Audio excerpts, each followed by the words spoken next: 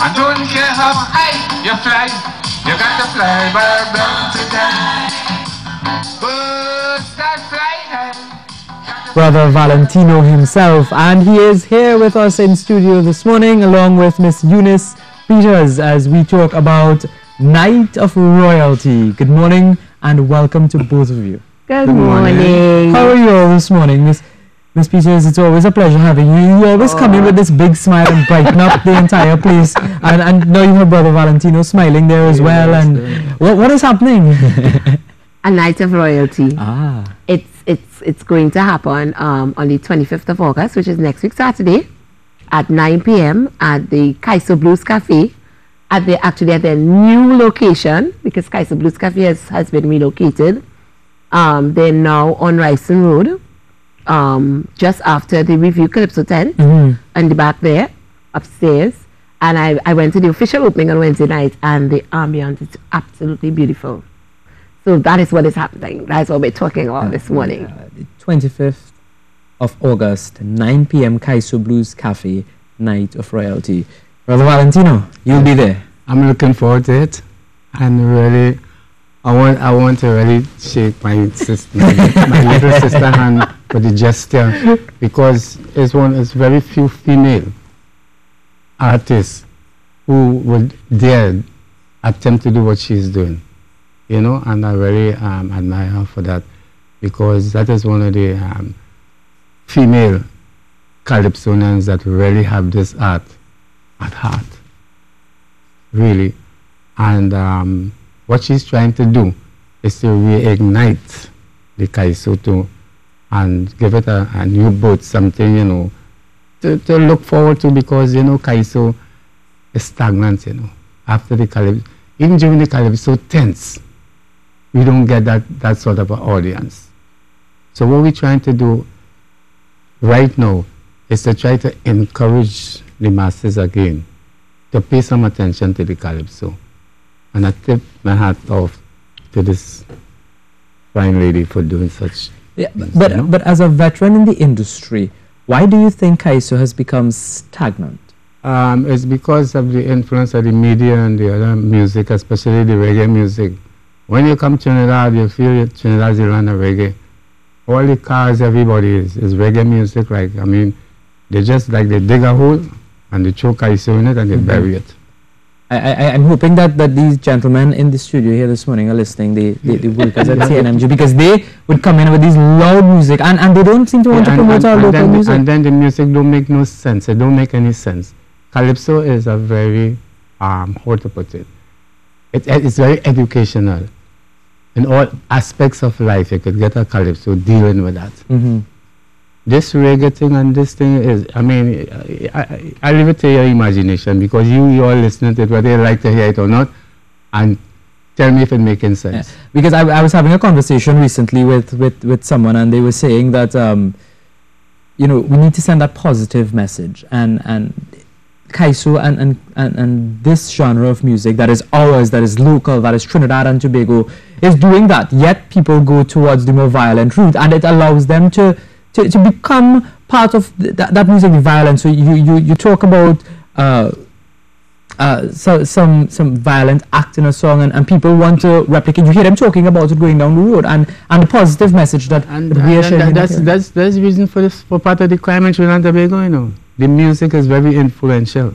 Yeah. And when young people listen to them kind of music, you understand where it leads to. Ms. Peters, so this initiative is geared toward ensuring that Kaiso in Trinidad and Tobago continues. It is. I mean, it's an idea that I had that has been in my mind and on the burners for a while now. You know, I have been in Calypso since I've been going to school. And I have a lot of music that I've produced from then till now. I mean, I'm 42. And I have been singing since age 7. And, you know, people saying, you know, well, we don't hear you outside of Carnival. And at first it was Eunice Peters in concert. But it's not just about me showcasing my work, but it's about showcasing the talent that Trinidad and Tobago has. I mean, I'm doing it on this first venture on a very small scale, because it's going to be tiny, She is a budding up and coming artist. I mean, she's also been around for a little while, but I mean, there's not much people that know the name.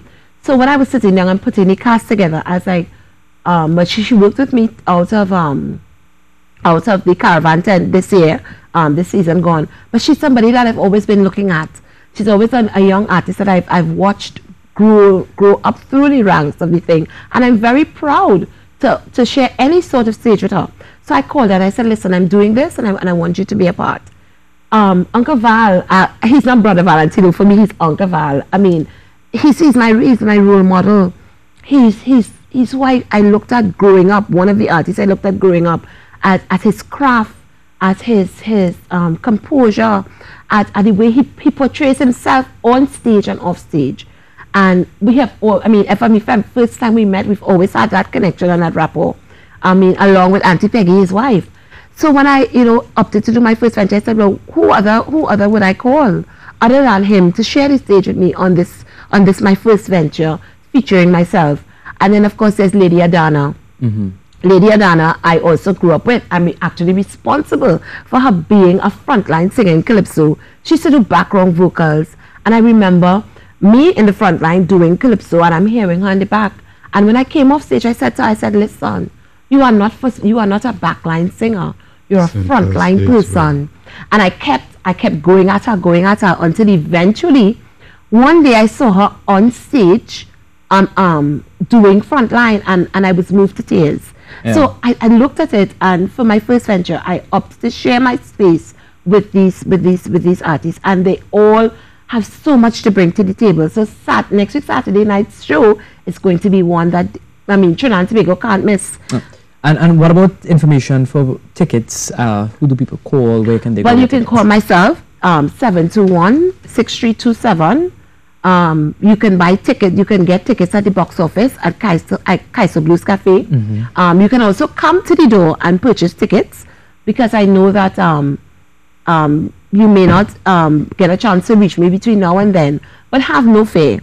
And like I said, I went to the official opening on Wednesday night, and Uncle Carlos promised me, listen, we could take as much as we can, so people can actually come down on the night if you don't get a chance to communicate with me to get a ticket and purchase a ticket by the door. And what is the cost of the ticket? The tickets are $200, only $200. All right. And it's a live orchestra. Right. So you're coming to get Kaiso in its raw form. It's not tracked. And I see Brother Valentino smiling there, because he knows that it's going to be a wonderful show. Wonderful.